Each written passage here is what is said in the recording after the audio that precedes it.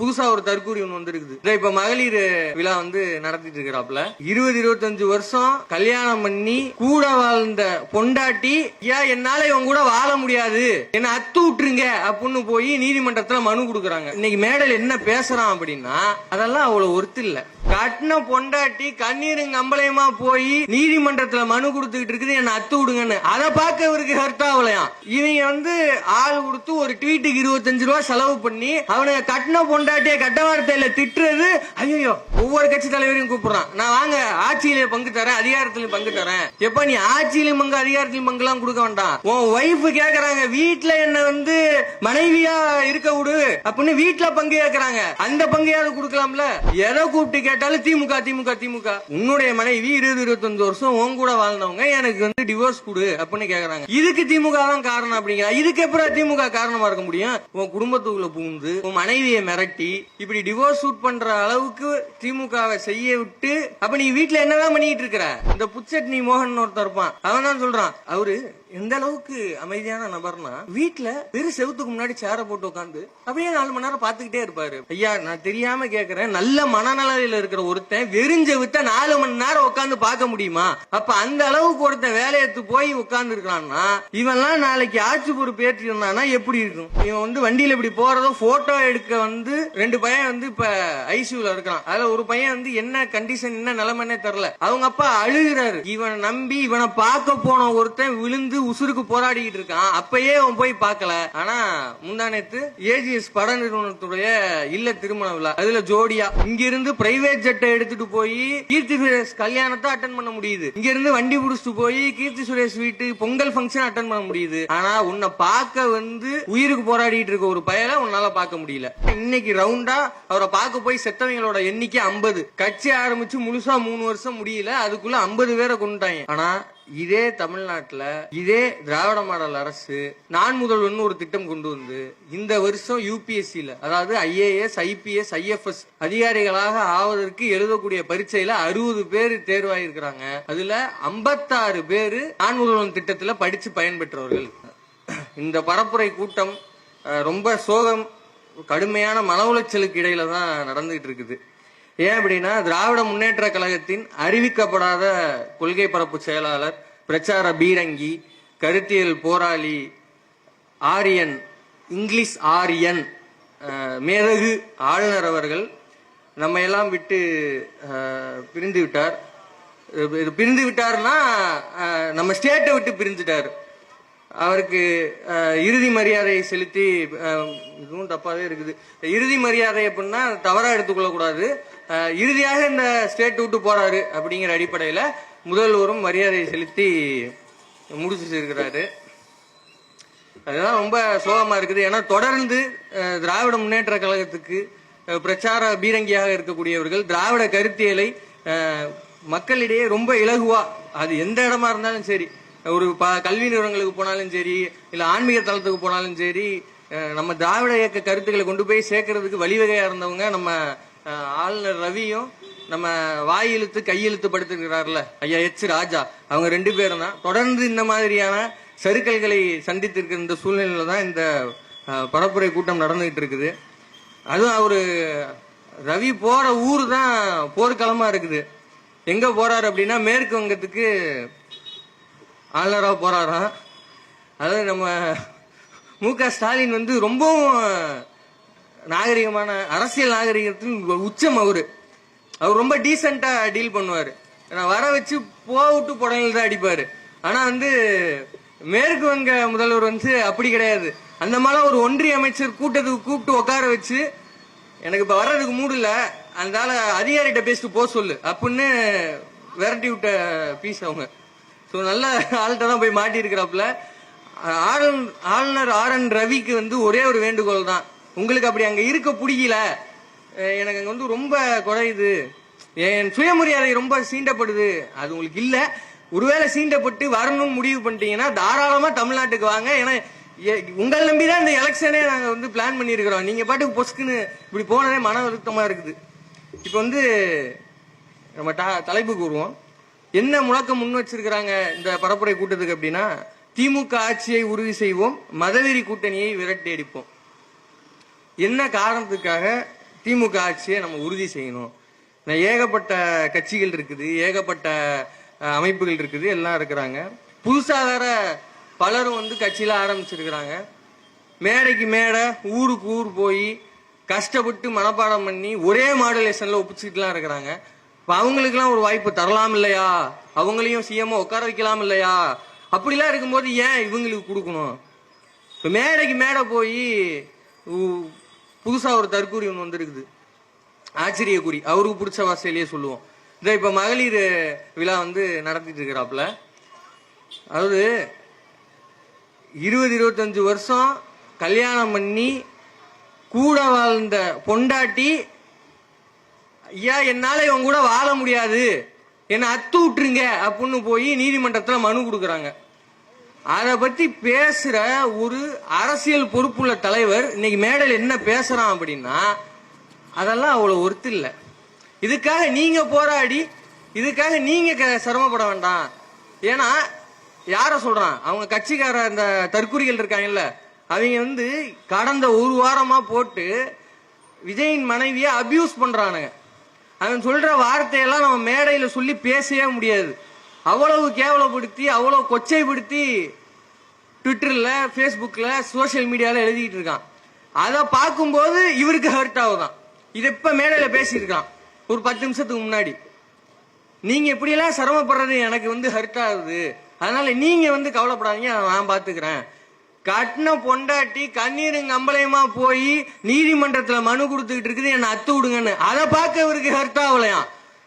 இவங்க வந்து ஆள் கொடுத்து ஒரு ட்வீட்டுக்கு 25 ரூபா செலவு பண்ணி அவனை கட்டின பொண்டாட்டிய கட்ட வார்த்தையில திட்டுறது. ஐயோ ஏன்டா திட்டுறீங்கன்னு கூட நான் கேட்கல. என்ன சொல்றேன், நீங்க சிரமப்படாதீங்க. ஏன் 25 ரூபா கொடுக்க முடியலையோ? கட்டு கட்டா அடிச்சு வச்சிருக்கிறீல, ஒவ்வொரு படத்துக்கும் பிளாக்ல 30, ஒயிட்ல 70. தெரியல, சம்பந்தப்பட்ட மேனேஜர்கள் பேசிக்கிறாங்க. அந்த 3 பேர் உட்காந்து அவங்க தான் சொன்னாங்க, 15, 30 அப்படின்னு பிளாக்ல வாங்கிட்டு ஒயிட்ல 70 வாங்கி வச்சுக்குவாராம். ஏன் அதுலதான் வச்சிருக்கீல, ட்வீட்டுக்கு 25 எடுத்து கொடுக்க வேண்டியதானே? சொல்றான், கட்டின பொண்டாட்டி அழுகுது, என்னை வந்து பாதுகாப்புல இன்னைக்கு மனு கொடுத்துருக்காங்க சாயங்காலம். ஏங்க நீலாங்கர வீட்டுல என்ன உள்ள விட மாட்டேங்கிறாரு. ஏங்க உள்ள விட மாட்டேங்கிறாரு? ஏதாவது உங்களுக்குள்ள சொத்து தகராறா, இடத்தகராறானா? அதெல்லாம் கிடையாது. ஐயா எனக்கு வந்து இவன் கூட வாழ பிடிக்கல, இவன் வந்து என்ன மென்டலி பிசிக்கலி, அதாவது உள்ளபூர்வமாகவும் அவன் வந்து என்னை வந்து ஹர்ட் பண்றான், என்னை அபியூஸ் பண்றான், என்னால இவன் கூட வாழ முடியல அப்படின்னு நான் நீதிமன்றத்துக்கு போய் நின்னா, என்ன எதிராக நீ விவாகரத்து கேட்கிற அப்படின்னா நீ வீட்டுக்குள்ள வராத அப்படின்னு என்னை தடுத்து நிறுத்துறான் அப்படின்னு இப்ப மனு கொடுத்துருக்காங்க. இதெல்லாம் அவனுக்கு ஹர்ட் ஆகல. இவனுக்கு எது ஹர்ட் ஆகுதான், இவங்களுக்காக போய் நீங்க போய் போஸ்ட் எல்லாம் போட்டு அதெல்லாம் அவ்வளவு ஒர்த்து இல்ல அப்படிங்கிற. அப்ப எதுதான் ஒர்த்து? இப்படி பேசக்கூடிய ஒரு சைக்கோ பார்த்த முதல்வரா உட்கார வச்சா தமிழ்நாடு மக்களுக்கு, தமிழ்நாடு பெண்களுக்கு ஏதாவது பாதுகாப்பு இருக்குமா? ஒருவேளை நாளைக்கு யாராவது ஒருத்தங்க இது போல வந்து தாவேகா கட்சிக்காரன் என்ன இப்படி பண்ணிட்டான் அப்படின்னு வந்து இவன்கிட்ட போய் புகார் கொடுத்தா அதெல்லாம் அவ்வளவு ஒர்த்து இல்லைங்க. அதுக்கெல்லாம் ஏன் போயிட்டு கம்ப்ளைண்ட் கொடுக்குறீங்கன்னு சொல்ல கூட செய்வான். இல்ல இதெல்லாம் பர்சனல் விஷயம், இதெல்லாம் ஏன் போய் பேசிக்கிட்டு, அவங்க 2 பேர் டைவர்ஸ் கேட்கறாங்க, அது அவங்களுக்குள்ள பேசி முடிச்சுக்கிட்டோம் அப்படின்னு சில தோழர்கள், நம்ம ஆட்கள்ல சிலரும் கேட்கறாங்க. பர்சனல் தான் இது, நம்ம பேச வேண்டியது இல்லை, எல்லாம் ரைட்டு. ஆனா இதுல அவங்க என்ன இந்த விவாகரத்து மனுல கேட்கறாங்கன்னா, இவன் ஒரு நடிகையினோட வந்து 5-6 வருஷத்துக்கு மேல தொடர்புல இருக்கிறாரு, அந்த விஷயம் தெரிஞ்சு இப்படி பண்ணாதீங்கன்னு நான் சொல்றேன். சொன்னதுக்கு அப்புறம் சரிம்மா நான் இனிமே அப்படிலாம் நடந்துக்க மாட்டேன், நான் இனிமே ஒழுக்கமா இருக்கேன்னு சத்தியம் பண்ணி கொடுத்துட்டு திரும்பி அதே வேலையை செய்யறாப்புல. அது எனக்கு வந்து எனக்கும் என் குழந்தைகளுக்கும் அது மன ரீதியா ரொம்ப பாதிப்பு ஏற்படுத்துது. அதனால எனக்கு வேற வழி இல்ல, இவன்கிட்ட வந்து சுமூகமா இதை பேசி முடிச்சுக்கலான்னு பேசி பார்த்துட்டோம். அதுக்கப்புறமா அவர் கேட்க மாட்டேங்கிறாரு. சரி டிவோர்ஸ் ஆகுது வாங்கிட்டு நான் என் பிள்ளைங்களோட தனியா இருக்கிறேன். ஏன்னா எங்களுக்கு மான ரோசம் சூடு சொரணம் இருக்குது. நீ இப்படி திரியறது, நீ இப்படி போஸ்ட் போடுறது, நீ இப்படி பொதுவெளியில போட்டோ போடுறது, உனக்கு வேணா கூச்சநாச்சம் இல்லாம இருக்கலாம். என் பிள்ளை கூட படிக்கிறவன் ஏன்டா உங்க அப்பா இப்படி வந்து ஒரு நடிகையோட சுத்திட்டு இருக்கான்னு கேக்குறது என் பிள்ளைக்கு வந்து மானக்கேடா இருக்குது, எனக்கு மானக்கேடா இருக்குது, அதனால என்ன அத்து விட்டுருங்க அப்படின்னு அவன் கேட்டிருக்கிறாங்க. இப்படி தன்னை நம்பி வந்து 20-25 வருஷம் கூட இருந்த அந்த பொண்ணுக்கே பாதுகாப்பு கொடுக்கறதுக்கு துப்பு இல்லாதவன் மேடை ஏறி நான் தமிழ்நாடு பெண்களுக்கு பாதுகாப்பு கொடுக்க போறேன், நான் தான் தமிழ்நாடு தான் நான் அப்படின்னு பேசுறது எப்படி ஏத்துக்க முடியும்? சரி, இதெல்லாம் மேடை ஏறி ஒவ்வொரு கட்சி தலைவரையும் கூப்பிடுறான், நான் வாங்க ஆட்சியில பங்கு தரேன், அதிகாரத்திலையும் பங்கு தரேன், நீங்க வாங்கன்னு ஒவ்வொருத்தரையா கூப்பிட்டு இருக்கிறான். எப்ப நீ ஆட்சியிலும் பங்கு அதிகாரத்திலும் பங்கு எல்லாம் கொடுக்க வேண்டாம். உன் ஒய்ஃப் கேக்குறாங்க, வீட்டுல என்ன வந்து மனைவியா இருக்க விடு அப்படின்னு வீட்டுல பங்கு கேட்கறாங்க, அந்த பங்கையாவது கொடுக்கலாம்ல. இதான் நம்ம வந்து கேட்கிறோமே தவிர அவன் பர்சனல்ல பேசி நமக்கு ஒன்றும் ஆக போறது கிடையாது. இதுல கடைசி மேடையில ஏறி முதல்வர் தூக்கத்தில் எழுப்பி கூப்பிட்டு கேட்டீங்கன்னா யாருக்குங்க ஓட்டு போடுவீங்கன்னு கேட்டீங்கன்னா அவர் வந்து விஜய் அப்படின்னு சொல்லிட்டு படுத்துருவாரு அப்படின்னு வர பேச்சு. ஆக்சுவலா இவன் தான் அந்த அளவுக்கு மென்டலி சிக்கா இருக்கிறான். எதை கூப்பிட்டு கேட்டாலும் திமுக 11 மணிக்கு 12 மணிக்கு எல்லாம் ஃபுல்லா அடிச்சுட்டு எழுப்பி என்னப்பா அப்படின்னா திமுக அப்படிமா போல் இருக்கு. உன்னுடைய மனைவி 20-25 வருஷம் உன் கூட வாழ்ந்தவங்க எனக்கு வந்து டிவோர்ஸ் கொடு அப்படின்னு கேக்குறாங்க. இதுக்கு திமுக தான் காரணம் அப்படிங்கிற, இதுக்கு எப்படி திமுக காரணமா இருக்க முடியும்? சரி, எனக்கு ஒரு சந்தேகம், இப்படியே வச்சுக்கோ, திமுக தான் உன் மனைவியை மிரட்டி இல்ல லாபி பண்ணி உனக்கு எதிராக டிவோர்ஸ் ஷூட் பண்ண சொல்லிருக்காங்க அப்படின்னா உன் குடும்பத்துக்குள்ள புகுந்து உன் மனைவியை மிரட்டி இப்படி டிவோர்ஸ் ஷூட் பண்ற அளவுக்கு திமுகவை செய்ய விட்டு அப்ப நீ வீட்டுல என்னதான் பண்ணிட்டு இருக்கிற? அப்ப நீ வீட்டுல இல்லவே இல்லையா? ஏன்னா இதை சொல்றது அவன் கட்சிக்காரனே தான் சொல்றான். இந்த புச்சட்னி மோகன் ஒருத்தர் இருப்பான், அவன் தான் சொல்றான். அவரு எந்த அளவுக்கு அமைதியான நபர்னா வீட்டுல வெறும் செவுத்துக்கு முன்னாடி சேரை போட்டு உட்காந்து அப்படியே 4 மணி நேரம் பாத்துக்கிட்டே இருப்பாரு. ஐயா, நான் தெரியாம கேக்குறேன், நல்ல மனநலையில இருக்கிற ஒருத்தன் வெறிஞ்செவுத்த 4 மணி நேரம் உட்காந்து பார்க்க முடியுமா? அப்ப அந்த அளவுக்கு ஒருத்தன் வேலையத்து போய் உட்கார்ந்து இருக்கிறான்னா இவன்லாம் நாளைக்கு ஆட்சி பொறுப்பு ஏற்றி இருந்தானா எப்படி இருக்கும்? இதுல இவன் தஞ்சாவூர் கூட்டத்துக்கு கடைசியா வந்து இவனை பார்க்க வந்து இவன் வந்து வண்டியில இப்படி போறதோ போட்டோ எடுக்க வந்து 2 பையன் வந்து இப்ப ஐசியூல இருக்கிறான். அதுல ஒரு பையன் வந்து என்ன கண்டிஷன் என்ன நிலைமைன்னே தெரில. அவங்க அப்பா அழுகிறாரு, என் காலேஜ் போறேன்னாங்க சொல்லிட்டு வந்தான், அவன் வந்து இங்கே வருவான்னு எனக்கு தெரியாது, இத்தனைக்கு அவன் காலேஜுக்கு போறான், வேகமாலாம் போகக்கூடாதுன்னு அவனுக்கு வந்து பேட்டரி வண்டி தான் கொடுத்து விட்டேன், ஆனா அவன் வந்து ஃப்ரெண்ட்ஸ் கிட்ட வண்டி வாங்கிட்டு வந்து இப்படி விழுந்திருக்கிறான். இப்பதான் போன வாரம் தான் 10 லட்சம் ரூபா வந்து என் மனைவிக்கு வந்து நான் செலவு பண்ணி ஆபரேஷன் பண்ணேன், இப்ப இவனுக்கு தனியா கடன் வாங்கணும் அப்படின்னு அழுகிறாரு. இன்னைய வரைக்கும் அவன் விழுந்து 4-5 நாள் ஆகுது. இன்னைய வரைக்கும் தாவேக்கா மாவட்ட செயலாளர்ல இருந்து தாவேக்கா கட்சியிலிருந்து ஒருத்தன் கூட அந்த பையனை போய் பார்க்கல, அவனுக்குன்னு ஒரு செலவும் பண்ணல. இவனை நம்பி இவனை பார்க்க போன ஒருத்தன் விழுந்து உசுருக்கு போராடிக்கிட்டு இருக்கான், அப்பயே அவன் போய் பார்க்கல. ஆனா முந்தானேத்து ஏஜிஎஸ் பட நிறுவனத்துடைய இல்ல திருமண விழா, அதுல ஜோடியா யாரு கூட அவங்க மனைவி கம்ப்ளைண்ட் பண்ணாங்க இல்லையா, யாரோ ஒரு நடிகையோட இருக்கிறாரு அப்படின்னு, தேவைப்பட்டா நான் பேரையும் வெளியிடுவேன்னு அவங்க சொல்லி இருக்கிறாங்க. இவன் இன்னொரு நடிகையோட அந்த ஃபங்க்ஷன் அட்டன் பண்றாரு. இதுக்கு 2-3 வாரத்துக்கு முன்னாடி இன்னொரு மிகப்பெரிய பட தயாரிப்பாளர் அவர் வீட்டு கல்யாண ஃபங்க்ஷன் அட்டன் பண்றான். அப்ப பணம் படைச்சவனுடைய எல்லா கல்யாண ஃபங்க்ஷனுக்கும் இவரால் அட்டன் பண்ண முடியுது. இங்கிருந்து பிரைவேட் ஜெட்டை எடுத்துட்டு போய் கீர்த்தி சுரேஷ் கல்யாணத்தை அட்டன் பண்ண முடியுது. இங்கிருந்து வண்டி புடிச்சிட்டு போய் கீர்த்தி சுரேஷ் வீட்டு பொங்கல் ஃபங்க்ஷன் அட்டன் பண்ண முடியுது. ஆனா உன்னை பார்க்க வந்து உயிருக்கு போராடிட்டு இருக்க ஒரு பயலை உன்னால பார்க்க முடியல. உன்னை பார்க்க வந்து கூட்ட நெரிசல்ல தவட இவடெல்லாம் உடஞ்சு இதயம் வெளியே வந்து சொல்லும் போதே நமக்கு பதறுது. சின்ன சின்ன குழந்தைகள் அப்படி இறந்து போனா அந்த குழந்தைய நேர்ல போய் பாக்குறதுக்கு வர முடியல. பிரைவேட் ஜெட் எடுத்துட்டு நடிகை கூப்பிட்டு ஊருக்கா இவரு போய் பாக்குறாரு. இப்ப இவர் ஒருவேளை நாளைக்கு முதல்வரா இருந்து இப்படி ஏதாவது ஒரு சம்பவம் நடந்தா இந்த ஆளு எப்படி இருப்பாரு? ஜெயலலிதாவது பரவாயில்ல, அவங்க கொடநாடு எஸ்டேட்ல இருந்துகிட்டு IAS ஆவது போய் கையெழுத்து வாங்கிட்டு வராங்க. இவன்லாம் சிஎம் ஆனானா யாரு போய் பார்க்க முடியும், எப்படி பார்க்க முடியும்னே தெரியல. இதுல ஊருக்கு போய் அடுத்தவங்க வீட்டு காசுல அடுத்தவங்க வீட்டு நெய்யில உங்க வீட்டுக்கு ஸ்வீட் செய்யாதீங்க ஐயா. உன் குடும்ப பிரச்சனையே கிளின்னு கிளியுது, அதை பத்தி பேசுறதுக்கு அதை டீல் பண்றதுக்கு தான் சொந்த மேனேஜருடைய PR நிறுவனத்தை ஹையர் பண்ணி சொந்த மனைவிய இன்னைக்கு எந்த அளவுக்கு மோசமா போயிட்டானுங்கன்னா விஜயோட பையனையும் பொண்ணையும் அபியூஸ் பண்ணி பேச ஆரம்பிச்சானே தாவேகா காரணங்க. எந்த அளவுக்கு அப்படின்னா ஜேசன் சஞ்சய் பத்தி அவர் போய் வழக்கறிஞர் அணியை சந்திச்சு எங்க அப்பா வந்து விஜய் வந்து ஜெயிக்க கூடாது, அதனால அவருக்கு எதிராக என்ன வேணா பண்ணுங்க அப்படின்னு ஜேசன் சஞ்சய் சொல்லி அவர் வந்து இந்த வேலையை இது பண்றாரு. அவரை யார் இயக்குறா அப்படின்னா அவரை வந்து இயக்குறது திமுக. இப்பன்னு ஒருத்தன் பேசிக்கிட்டு இருக்கிறான். இவன் யாரு?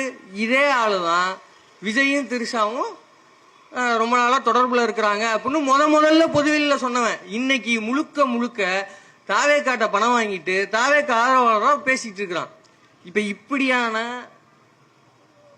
ஒரு பிஆர் நிறுவனத்தை வச்சுக்கிட்டு தனக்கு எதிராக எது வந்தாலும் காசு கொடுத்து டூல் கிட் கொடுத்து ஒரு சில குறிப்பிட்ட வாசகங்கள் அனுப்பி இதை போஸ்ட் பண்ணுங்க இப்படி போஸ்ட் பண்ணுங்க அப்படின்னு சொல்ற ஒருத்தர் இவர் ஒருவேளை நாளைக்கு கற்பனையில ஜெயிச்சு முதல்வராக வந்து அங்க ஏதாவது சட்ட ஒழுங்கு பிரச்சனை வந்து அதை குறித்து யாராவது கேள்வி கேட்டா அவங்கள பத்தி இவங்க இப்படித்தானே பேசுவாங்க.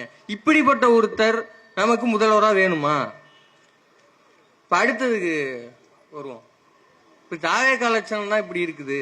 ஏற்கனவே ஆண்ட கட்சிகளுக்கு போடலாம்ல, அதிமுக இருக்குது, ஒன்றியத்துல பாஜக இருக்குது, அவங்களுக்கு போடலாம்ல.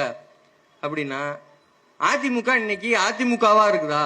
இப்ப தோழர் கூட பேசும்போது சொன்னாரு அந்த கட்சி ஏற்கனவே ஒரு கட்சியா இருந்தது, இப்ப ஏகப்பட்ட கட்சி ஆரம்பிச்சு. முந்தானத்து ஒருத்தர் வந்து அதிமுக ஆரம்பிச்சிருக்காரு, பூ அதிமுக, பூ பூ புகழேந்தி அதிமுக. அது அப்படி ஒரு அதிமுக உருவாயிருக்குது. இப்ப அந்த அதிமுக என்ன பிரச்சனைனா ஏற்கனவே அதிமுக இவங்க எல்லாம் இருந்தவங்க தான் பிரிஞ்சு போய் இன்னைக்கு தோழர் சொன்ன மாதிரி ஒவ்வொரு அதிமுக உருவாக்கிக்கிறாங்க. இப்ப அவங்க எல்லாம் சேர்ந்து கூட்டணி போட்டு தேசிய ஜனநாயக கூட்டணி பாஜக கூட்டணியில இருக்காங்க. அதுக்கு தோழர் சொன்ன மாதிரி பருத்தி முட்டை குடோன்லயே இருக்கலாம்ல, அதுக்கு ஒரே அதிமுக கூட்டணியா இருந்துட்டு போக வேண்டியதானே. இல்ல பிரிப்போம் அப்படின்னு அமித்ஷா பிரிச்சு இப்ப 10 கட்சியா கூட்டணியில இருக்கிறாரு.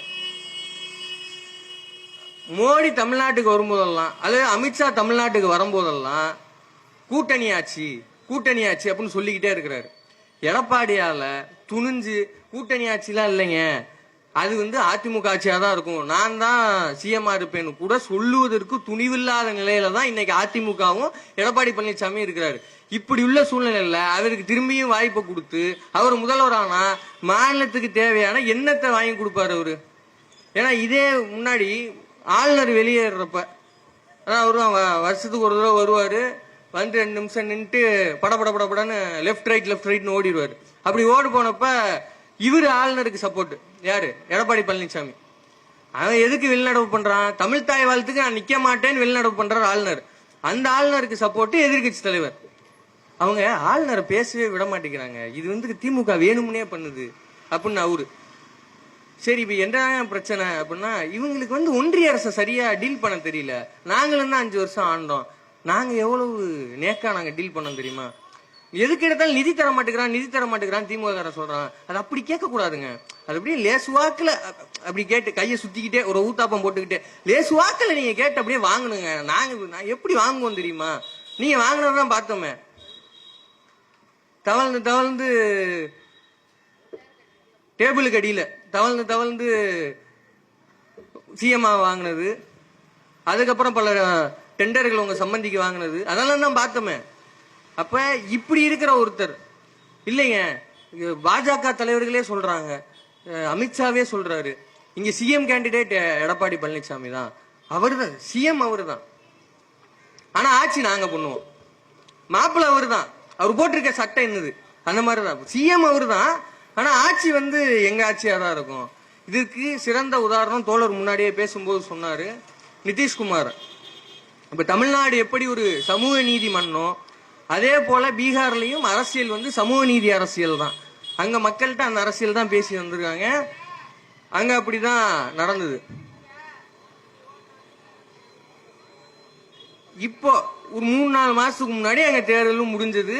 இதே போலதான் அங்க பாஜக தலைவர்கள், இது தேசிய ஜனநாயக கூட்டணி தான், இந்த கூட்டணியில இருந்து முதலமைச்சர் வேட்பாளர் பீகாரின் முதல்வராக யார் இருப்பார்னா நிதிஷ்குமார் தான் இருப்பாருன்னு சொல்லி தான் பிரச்சாரம் பண்ணாங்க. இப்ப எப்படி தமிழ்நாட்டில் பிரச்சாரம் பண்ணாங்களோ அப்படிதான் பிரச்சாரம் பண்ணாங்க. ஆனா நிலைமை இன்னைக்கு என்ன? 3 மாசத்துல அவர் ரிசைன் பண்ண சொல்லி அவரை ராஜ்யசபாக்கு உறுப்பினராக அனுப்புறாங்க. அவரு நிதிஷ்குமார் எந்த அளவுக்கு வலுவானால்னா அதிமுக காரங்க எல்லாம் வந்து ஜெயலலிதாவை பார்த்துட்டா 90 டிகிரியில் இருக்கவே மாட்டாங்க, 45 டிகிரி 180 டிகிரி இப்படி வந்துருவாங்க. அப்ப மோடியை பார்த்தா அமைதி படையில வர சத்யராஜ் மாதிரி தான், அப்படி நுனி சீட்ல உட்காந்துருப்பாங்க. ஆனா நிதிஷ்குமார் அப்படி கிடையாது. அவர் மோடி பக்கத்துல உட்காந்து இருந்தாருன்னா அவர் கையை இப்படி எடுத்து, மோடிஜி நம்மளாம் வெட்டிட்டீங்களா, நெல் பாலிஷ்லாம் பண்ணிட்டீங்களா அப்படின்னு கையை தடவி பார்க்கக்கூடிய அளவுக்கு கெத்தான ஆள் அவரு. அவருக்கே என்ன நிலைமைன்னா, சிஎம் ரிசைன் பண்ணிட்டு நான் கொடுப்பேன் எம்பி போய் உட்காரு. அவரு சாதாரணமான ஆள் கிடையாது. அவரு சொல்றாரு, எனக்கு இது ரொம்ப நாள் ஆசை. இந்த ஒரு டெம்ப்ளேட் ஒன்று சுத்தம் சொல்லுவதெல்லாம் உண்மை ஷோல வந்து, அதான் அந்த விஜய்க்கு வந்து பிரச்சனை வருது இல்லையா, கள்ள தொடர்பு பிரச்சனை. இந்த மாதிரி கள்ள தொடர்பு பிரச்சனை எல்லாத்தையும் டீல் பண்ற ஷோ தான் சொல்லுவதெல்லாம் உண்மை. அந்த ஷோல வந்து ஒருத்தர் போய் உட்காந்து அந்த அம்மா பார்த்து சொல்லுவாரு, எனக்கு ரொம்ப நாள் ஆசை மேடம் இந்த ஷோவுக்கு வரணும்னு அப்படின்னு. அந்த மாதிரி வந்து நிதிஷ்குமார் சொல்றாரு, எனக்கு ரொம்ப நாள் ஆசை என்னன்னு, எம்எல்ஏவாகவும் எம்பியாகவும் இருக்கணும்னு எனக்கு ரொம்ப நாள் ஆசை. இன்னைக்குதான் எனக்கு அந்த ஆசை நிறைவேறிருக்கு, அது மோடிஜியால தான் அந்த ஆசை நிறைவேறி இருக்குது அப்படின்னு அவரும்.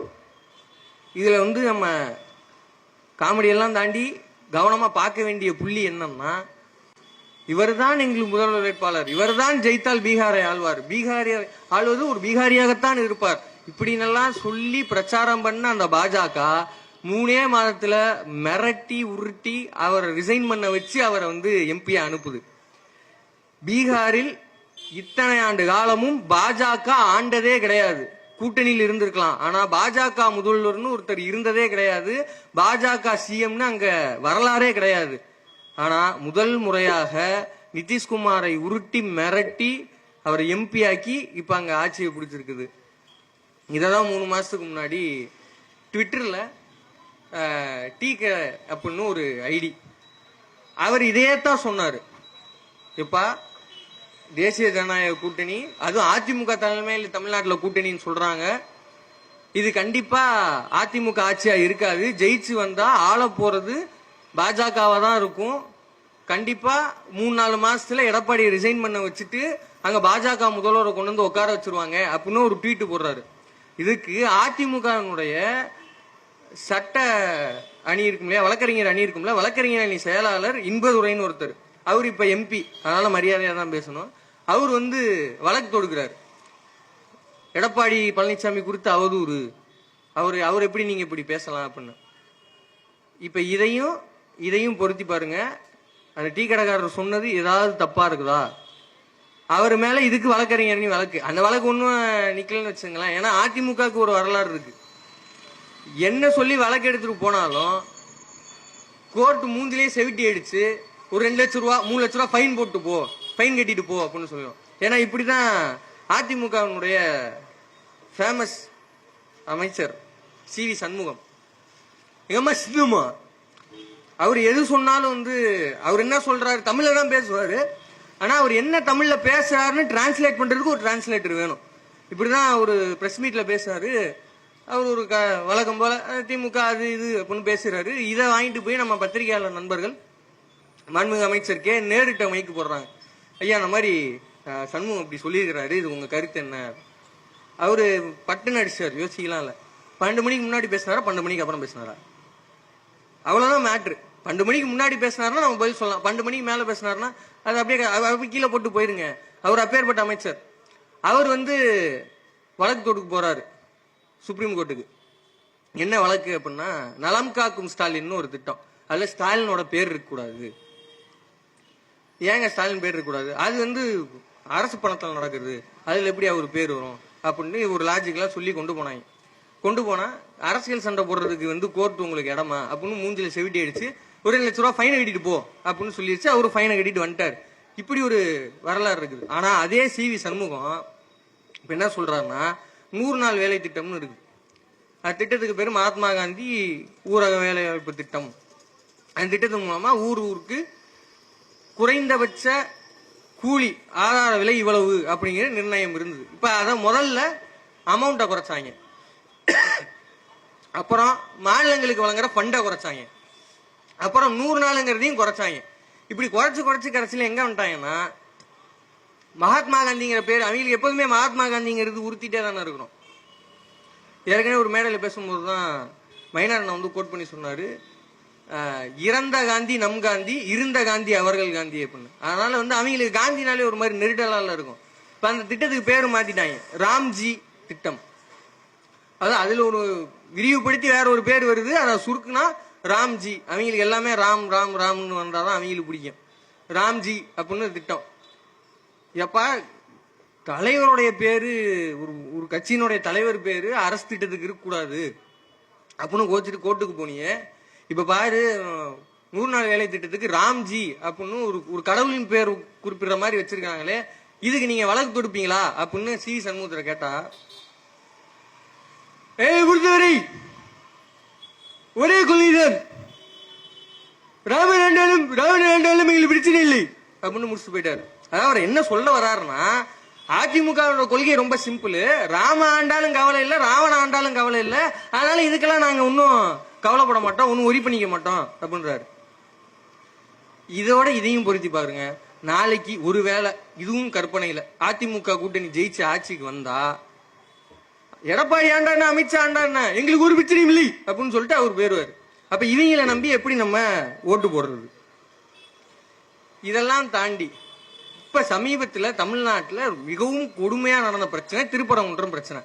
இந்த திருப்பரங்குன்ற இஷ்யூல ஒரு காவல் அதிகாரி சொல்றாரு, we are not allowing this, we will face the consequences. யாரை எதிர்த்து? சங்கி கலவர கும்பலை எதிர்த்து, இந்த ஒட்டுமொத்த இந்த சங்கி கூட்டத்தை எதிர்த்து அவர் அதை சொல்றாரு. அவரை தனிப்பட்ட முறையில் அதை சொல்ல முடியுமா? அரசு பேக் பண்ணுது. எந்த அரசு? இந்த திராவிட மாடல் அரசு பேக் பண்ணுது. அதனால அவர் அதை சொல்றாரு.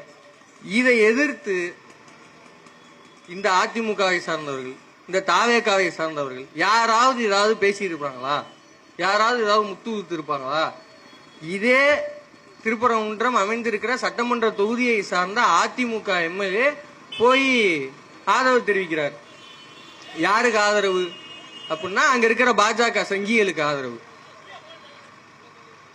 ஏன் இந்த ராம ரவிக்குமார்னு ஒரு காமெடி பீஸ், அவனெல்லாம் வந்து அவங்க வீட்லயே 4-5 நாள் வராம 7வது நாள் போனான்னா அவங்க வீட்டுல இருக்கவங்களே அவன் மறந்து போயிடும். அந்த அளவுக்கு தான் அவனுக்கு போய் ஆதரவு தெரிவிச்சுட்டு வராங்க.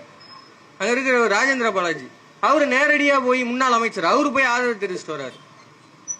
அப்ப இவங்களுக்கு சிறுபான்மையினர் மக்கள் மேல கரிசனம் கிடையாது, பொதுமக்கள் மேல கரிசனம் கிடையாது. ஏன் இவங்க சொல்றாங்கல்ல, பாஜக சொல்லி இந்த இந்து மக்கள் மேலேயே அவங்களுக்கு கரிசனம் கிடையாது. அவங்களுக்கு தேவை கலவரம் பண்ணணும். இப்ப அப்படியே கட் பண்ணுங்க, தாவேக்காக்கு வாங்க. இவங்க யாராவது தாவேக்கால இப்ப புதுசா ஒருத்தர் போய் சேர்ந்திருக்கிறார், ஜெலிக்ஸ் பெரால்டு. அவரு வந்து இவ்வளவு நாள் ஒரே ஊடக உத்தமர் நான் தான் அப்படின்னு பேசிட்டு இருந்தாரு. போன மாசம் அந்த வேஸ்தை கழிச்சிட்டு நேரா போய் தாவேக்கா துண்டு போட்டு நானும் இன்னையில இருந்து தாவேக்காக்காரன் அப்படின்னு பேசிட்டு இருந்தார். அவர்கிட்ட கூப்பிட்டு கேக்குறாங்க, இப்ப திருப்பரங்குன்ற இஷ்யூல ஏன் வந்து விஜய் வாயவே திறக்கல, ஏன் அதை பத்தி பேசவே மாட்டேங்கிறாரு? அடா அவங்க பொண்டாட்டி வழக்கு போட்டதுக்காக அது ஒன்றும் பெரிய இஷ்யூ இல்ல, நீங்க ஃபீல் பண்ணாதீங்கன்னா சொன்னாரு. இதுக்கு அது கூட வாயை திறக்கலையே ஏன்பா அப்படின்னு கேட்டா, திருப்பரங்குன்ற இஷ்யூலாம் அது ஒன்னத்துக்கும் பெறாத இஷ்யூங்க. எது ஹெச் ராஜா சொல்றாரு, இப்ப வாயும் கையில் படுத்து கிடக்குறாருல, அந்த ஹெச் ராஜா சொல்றாரு, நீங்க எல்லாம் நாசமா போவீங்க, எங்க கோயில்ல எங்களை ஏற உள்ள, எங்களை விளக்கேத்த உள்ள, எது சர்வேக்கல்ல விளக்கேத்த உள்ளனா நீங்க எல்லாம் நாசமா போவீங்க அப்படின்னு சொல்றாரு. இதே திருப்பரங்குன்றத்தை அயோத்தியா மாத்த போறோம், அயோத்தி தாண்டா ஆரம்பமே அப்படின்னு சொல்ற அந்த ஹெச் ராஜா சொல்ற இந்த திருப்பரங்குன்ற இஷ்யூ வந்து ஒண்ணுமில்லாத இஷ்யூ. நீதியரசர் ஜி.ஆர். சுவாமிநாதன் சொல்றாரு, அவர் தீர்ப்பு கொடுத்திருக்கிறாரு. தீர்ப்பையும் மீறி அங்க வந்து 6 மணிக்கு விளக்கேத்தல அப்படின்னா 6:1 கண்டெம்ட் எடுப்பேன் அப்படின்னு அவசரமா அந்த தீர்ப்பையும் கொடுக்கிறாரு. தோழர் வாஞ்சிநாதன் குறித்து விரிவா பேசியிருக்காரு.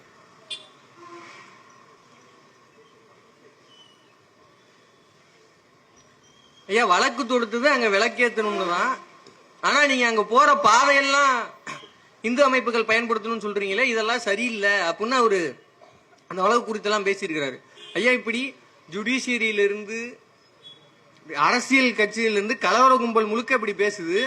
இதே திருச்சிக்கு வந்த மோகன் பகவத் RSS தலைவர் சொல்றாரு, இந்த திருப்பரங்குன்றம் பிரச்சனை இந்துக்களுக்கு சார்பாக முடித்து வைக்கப்பட வேண்டும், இங்கேயும் இந்து அமைப்புகள் இருக்கு, இதை அவங்க டீல் பண்ணிக்குவாங்க, ஒருவேளை தேவைப்பட்டா ஒருவேளை தேவைப்பட்டா நாங்க அதுக்கு என்னென்ன செய்யணுமோ அதெல்லாம் செய்வோம் அப்படின்னு அவர் சொல்றாரு.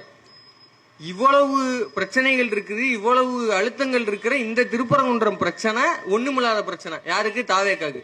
அப்ப நாளைக்கு இவன் ஒரு வேளை ஆட்சிக்கு வந்து இப்படி உட்காந்து இப்படி 4 கலவர கும்பல் வந்து அங்க கலவரம் பண்ணா இதெல்லாம் ஒரு பிரச்சனையே இல்லைங்க அப்படின்னு விட்டுட்டு பனையூர்ல போய் இவர் பதுங்கிடுவார். அதனாலதான் சொல்றோம், நமக்கு இந்த மதவெறி கும்பல் வேண்டாம். திமுக திராவிட மாடல் ஆட்சி வேணும். we are not allowing this, we will face the consequences சொல்ற அந்த திராவிட மாடல் ஆட்சி தான் வேணும் அப்படின்னு அதனாலதான் நம்ம சொல்றோம். இதுல திராவிட மாடல் ஆட்சி ஏன் தொடரணும் அப்படின்னா, இதுக்கு முன்னாடியும் இதே போல திராவிட கட்சிகள் தான் இருக்குது. திராவிட மாடல் ஆட்சி நீங்க ஏன் ஸ்பெசிபிக்கா சொல்றீங்க அப்படின்னா, அதில் அவங்க கொடுத்திருக்க திட்டங்கள் அவங்க அதனால பயன்பெற்றவர்கள் தான். இன்னைக்கு இதே விஜயை நம்பி விஜய பார்க்க போய் 41 பேர் செத்து இருக்கிறான். இன்னைக்கு ரவுண்டா அவரை பார்க்க போய் செத்தவங்களோட எண்ணிக்கை 50. கட்சி ஆரம்பிச்சு முழுசா 3 வருஷம் முடியல, அதுக்குள்ள 50 பேரை கொண்டுட்டாங்க. ஆனா இதே தமிழ்நாட்டில் இதே திராவிட மாடல் அரசு நான் முதல்வன் ஒரு திட்டம் கொண்டு வந்து இந்த வருஷம் யூபிஎஸ்சியில், அதாவது IAS IPS IFS அதிகாரிகளாக ஆவதற்கு எழுதக்கூடிய பரீட்சையில 60 பேர் தேர்வாயிருக்கிறாங்க. அதுல 56 பேர் நான் முதல்வன் திட்டத்தில் படிச்சு பயன்பெற்றவர்கள். அதனாலதான் சொல்றோம், இப்படி தற்கூரிகளாக டிரான்ஸ்பார்மர்ல ஏறி தொங்குறவனா இப்படி வண்டியில போட்டோ எடுத்து போய் சாகாம IAS IPS IFS ஆகணும்னா இந்த திராவிட மாடல் ஆட்சி வேணும். இதே போல சமீபத்தில் தோழர் பேசும்போது கூட சொன்னாங்க, வெல்லும் தமிழ் பெண்கள் அப்படின்னு ஒரு விழா எடுத்தாங்க. அதுல பெண்களுக்கு பயன்படுற திட்டங்களின் பயனாளிகள் வந்து அந்த திட்டத்துல வந்து நாங்க எப்படிலாம் பயன்படுத்துறோம் அப்படின்னு சொன்னாங்க. இதே தாவேக்கா கும்பல் தற்கூரி கூட்டம் மேடைக்கு ஏறி ஓசி பஸ் வேணுமா, ஓசி காசு வேணுமா அப்படின்னு பேசிட்டு இருக்காங்க.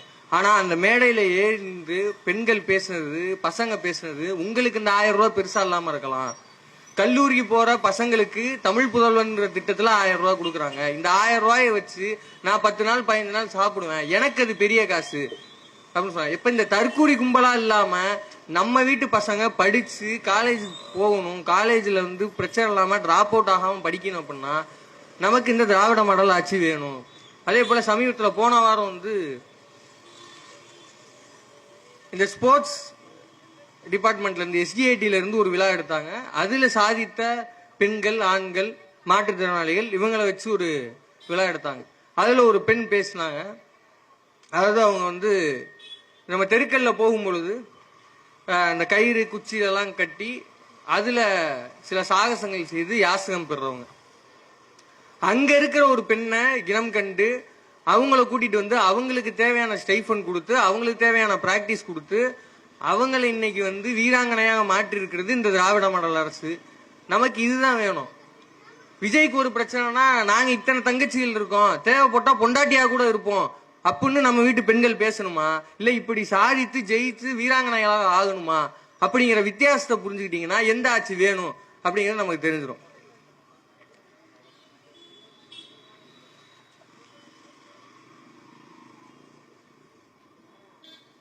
ஆகையினாலதான் திராவிட விடுதலை கழகம் மட்டுமல்ல, இந்த தமிழ் சமூகத்தில் அக்கறை கொண்ட அனைவரும் கேட்கக்கூடிய இந்த முக்கியமான இந்த தேர்தலில் முன்வைக்க வேண்டிய விஷயம், திமுக ஆட்சியை உறுதி செய்வோம், மதவெறி கூட்டணியை விரட்டி அடிப்போம். அதனால உங்க பகுதியில் திமுகவுக்கும் திமுக கூட்டணி தோழர்களுக்கும் வாய்ப்பளித்து வாக்களித்து மீண்டும் இந்த திராவிட மாடல் ஆட்சியை தொடர் செய்யுமாறு கேட்டுக்கொண்டு எனக்கு வாய்ப்பளித்த திராவிட கழகத்துக்கும் திராவிட கழக தோழர்களுக்கும் நன்றி கூறி விடைபெறுகிறேன். நன்றி, வணக்கம்.